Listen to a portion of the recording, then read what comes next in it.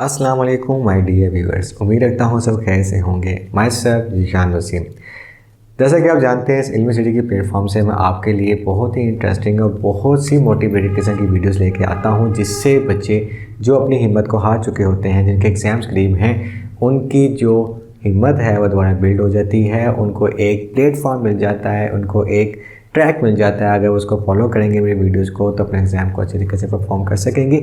इसी तरह कि एक और वीडियो मैं आपके लिए लेके आया हूँ, बहुत ही इंटरेस्टिंग है, बहुत ही नई चीज़ें इसमें अगेन मैं आपको सिखाने वाला हूँ। जो इस वीडियो का जो टॉपिक है स्टूडेंट, लेकिन उसको स्टार्ट करने से पहले जिन लोगों ने अभी तक इस चैनल को सब्सक्राइब नहीं किया, चैनल को सब्सक्राइब करें, ताकि जो हम आपके लिए मेहनत कर रहे हैं हमें उसका रिवॉर्ड मिल सके।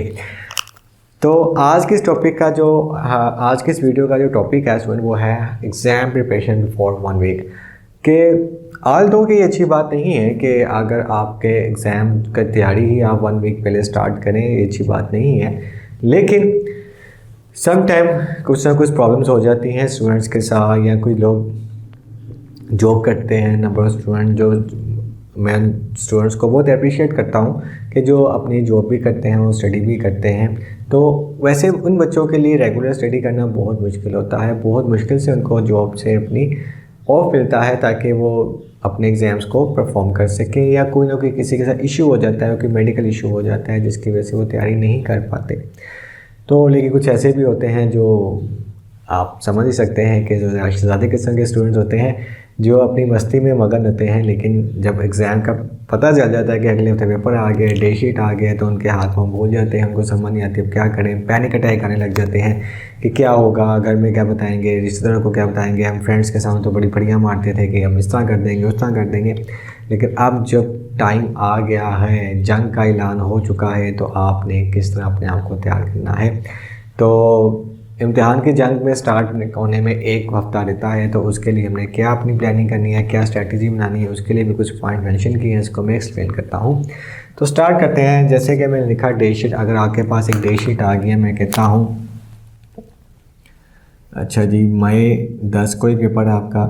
एक पेपर आपका कह देते हैं जी 12 को है, 1 मई की 14 को है, 1 मई के हम कह देते हैं जी 16 को है, 1 मई के हम कह देते हैं जी चलो 18 को है। ठीक है। अब मैं कहता हूँ कि इधर मेरा जो है ये केमिस्ट्री है जी। लेट्स सपोज कोई भी हो सकता है, कोई भी क्लास हो सकती है स्टूडेंट आपकी। ये बायोलॉजी आ गया आपके पास, ये मैं कह लेता हूँ जी फिज़िक्स आ गया। ठीक है जी, ये मैथ्स आ गया। प्रॉपर डेशिंग बनाऊँगा जस्ट फॉर एग्जांपल के लिए है। ये आपका इंग्लिश आ गया। ठीक है। अब ये मेरी डे शीट आ चुकी है, तो अब मैंने क्या करना है, अपने इस चीज़ों को किस तरह मैनेज करना है, कौन से सब्जेक्ट्स की तैयारी मैंने पहले करनी है, कौन से सब्जेक्ट्स की तैयारी जो है मैंने बाद में करनी है, तो उसके लिए मुझे क्या करना होगा, ये आपका भाई आपको बताएगा। अच्छा, इसमें मैं कहता हूँ जी ये जो केमिस्ट्री फिज़िक्स है इसको मैं, और ये इंग्लिश को भी, जो मैथ्स है ना इसको मैं लास्ट डेज़ में करूँगा। ठीक है। इनको मैं स्टार्ट्स के डेज़ में करूँगा। ठीक है।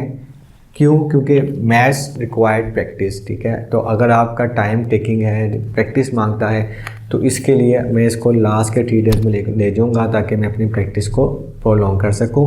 और थ्योरी वाले सब्जेक्ट्स को मैं पहले डील कर लूँगा, उनके कॉन्सेप्ट देने में ढाल लूँगा ताकि मैं उनको अच्छे तरीके से परफॉर्म कर सकूँ और एट द एंड उसकी रिवीजन भी कर सकूँ। क्योंकि आप जो है न्यूमेरिकल सब्जेक्ट के साथ थ्योरी की रिवीजन कर सकते हैं। अच्छा, उसके बाद तो डे शीट आ गई। अब उसके बाद का हमने क्या चीज़ें जो है वो यूज़ करनी है, क्या टेक्निक यूज़ करनी है। आज की जो नई टेक्निक है वो ट्रैफिक लाइट मेथड। ठीक है। ट्रैफिक लाइट मेथड जैसे कि आप जानते हैं एक सिग्नल होता है। ठीक है जी, मैं सिग्नल बना देता हूँ। इसमें 3 लाइट्स होती हैं।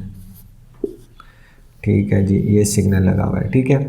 अब स्टूडेंट ये आपके पास मैं कह देता हूँ, सबसे पहले आपके पास रेड होता है। ठीक है। उसके बाद येलो होता है, और उसके बाद आपके पास ग्रीन सिग्नल आ जाता है। ठीक है। अब इस ट्रैफिक लाइट मेथड से मैं बताऊंगा कि मैं करने क्या वाला हूँ कि अगर जो रेड लाइट है वो मैं कहता हूँ मेरे डिफ़िकल्ट सब्जेक्ट्स हैं, डिफ़िकल्ट टॉपिक्स हैं। ठीक है। अब ग्रीन जो है ये मेरे लिए मीडियम सब्जेक्ट्स हैं। या इसको मैं टॉपिक्स कह लेता हूँ।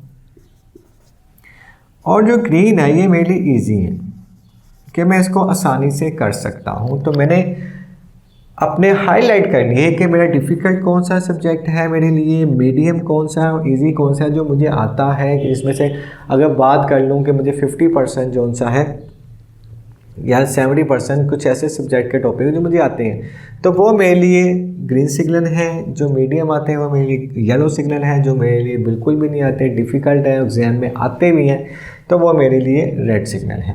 तो इस तरह मैंने अपने जो है वो एक नोट डाउन कर लेना है कि रेड क्या है, येलो क्या है सब्जेक्ट है और ग्रीन कौन से सब्जेक्ट्स हैं। ठीक हो गया। उसके बाद आगे किसी भी चीज़ को करने के लिए आपने एक प्लान बनाना होता है। जिस तरह अगर आप देखें क्रिकेट की मैं एग्जांपल लेता हूँ यहाँ पे कि जब एक जो टीम जो है टारगेट सेट करती है, आपको उस टारगेट को चेस कर रहे होते हैं, तो वो इस तरह नहीं वो ग्राउंड में आ जाते और बल्ला घुमाने लग जाते और शॉट्स लगाना शुरू कर देते, ऐसा नहीं होता। उसके पीछे स्टूडेंट उसका एक प्रॉपर प्लान होता है कि हमने हिट कितना करना है, हमने जो है वो स्टे कितना करना है, हमने जो है वो सिर्फ स्टॉप कितना देना है, कि कितने हिट्स होने चाहिए एक ओवर के अंदर, कितना हमने जो सा है वो स्कोर जो है मेंटेन रखना है, किस रन रेट से हमने अपने आप को स्कोर को ऊपर लेके जाना है। तो उसके लिए सारी प्लानिंग होती है।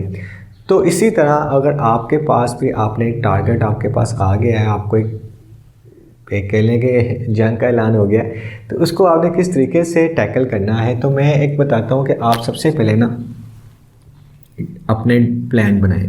ठीक है, कि आपने अपने डेज़ को, ठीक है, मैं कहता हूँ कि आपने एक टाइम रखना है 10 AM, एक आप रख लो 2 PM और एक आप रख लो, चलो जी 7 PM रख लेते हैं। ठीक हो गया कि आपने अपने पूरे दिन को डिवाइड कर लिया, 2 आवर्स इधर पढ़ना है, 2 आवर्स इधर पढ़ना है और 2 आवर्स आपने यहाँ पे भी पढ़ना है। ठीक है, अपने पूरे दिन का आपने प्लान बना लिया कि आपने किस तरह अपने स्टडी टाइम को डिवाइड करना है कि 2 आवर्स देने हैं, 2 आवर्स देने हैं। और इसमें जो 1 आवर होगा स्टूडेंट आपका, वो किसका होगा, रिवीजन का होगा।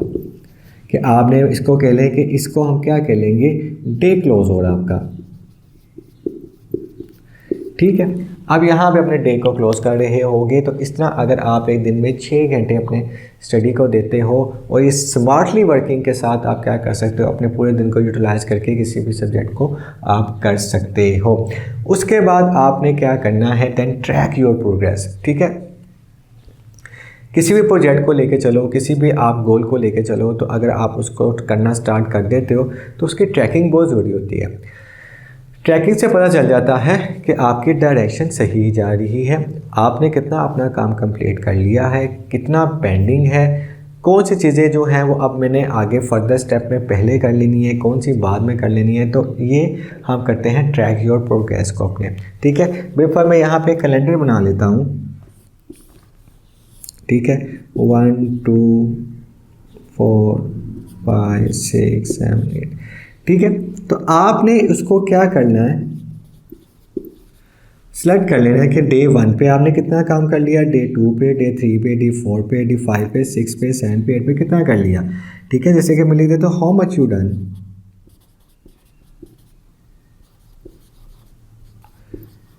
ठीक है, हाउ मच पेंडिंग,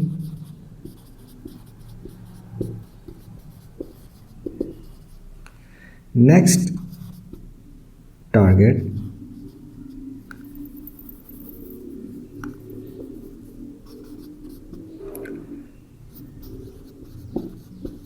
ठीक है, और किस चीज़ को प्रायोरिटाइज करना है, कौन सी चीज़ आपने पहले करनी है, कौन सी बाद में करनी है। आपकी ये जितनी भी प्रोग्रेस है आप with the help of calendar क्या कर सकते हो, ट्रैक कर सकते हो। कि इससे ये क्या होता है, जब ये इस पॉइंट से लेके आप मोटिवेटेड हो जाते हो, जब आप देखते हो कि यार इतना मैंने काम कर लिया है, बस इतना सा ही रह गया है, तो आपके अंदर एक मोटिवेशन आ जाती है, आपके अंदर थोड़ा कॉन्फिडेंस बिल्ड हो जाता है, जिसकी मदद से आप क्या करते हो, मोटिवेटेड हो जाते हो। ठीक है, उसके बाद लास्ट वन रिवीजन सेशन। ठीक है, अगर मैं कहूँ कि मैंने अपने इस 1 वीक को जो है 7 डेज़ को मैंने आप 6 डेज़ वर्किंग करनी है। ठीक है, और जो 1 डे जो है मेरा वो कंप्लीटली जो होगा ओनली फॉर रिवीजन। ठीक है, तो रिवीजन सेशन जो आपने जितना भी आपने इधर वर्किंग की है स्टूडेंट, उस वर्किंग को चेक करने के लिए आपने क्या करनी है, रिवीजन करनी है। अपना जितनी चीज़ों को आपने याद कर लिया है उसके लिए आपका रिवीजन सेशन होना बहुत ज़रूरी है। ऑल दो कि आप यहाँ पे जिस हमने मेंशन किया है डे क्लोज के ऊपर 1 रिवीजन कर रहे हो, इसी तरह एक पूरा दिन आपने अपने पेपर से पहले कि कुछ सब्जेक्ट जो डिफ़िकल्ट हैं, जिनके टॉपिक्स हैं, उनको आपने एक दफ़ा गो थ्रू कर लेना है, रिवाइज़ कर लेना है, ताकि एग्ज़ाम में तो आपके पास उन सब्जेक्ट को देखने का मौका नहीं मिलेगा। वो एग्ज़ाम से एक दिन पहले वो आखिरी मौका होगा जिसमें आप नंबर ऑफ़ सब्जेक्ट्स को डील कर सकते हो, क्योंकि आप ड्यूरिंग एग्ज़ाम्स आपसे उसी सब्जेक्ट को डील करोगे जिसका नेक्स्ट पेपर होगा। तो ये रिवीजन सेशन आपने 1 डे के लिए रखना है। तो ये एक प्लानिंग है। अगर आप स्टूडेंट्स इस एक प्लानिंग के थ्रू अपनी पढ़ाई को, अपने स्केड्यूल बना लेते हो, उसका एक स्केड्यूल मेकिंग कर लेते हो, तो आई होप आप अपने एग्ज़ाम में अच्छा परफॉर्म कर सकते हो। अगर आपको वीडियो पसंद आई है तो कमेंट सेक्शन में फीडबैक ज़रूर दीजिएगा। अपना बहुत ज़्यादा ख्याल रखिएगा, दुआ में याद रखिएगा। अल्लाह हाफ़िज़।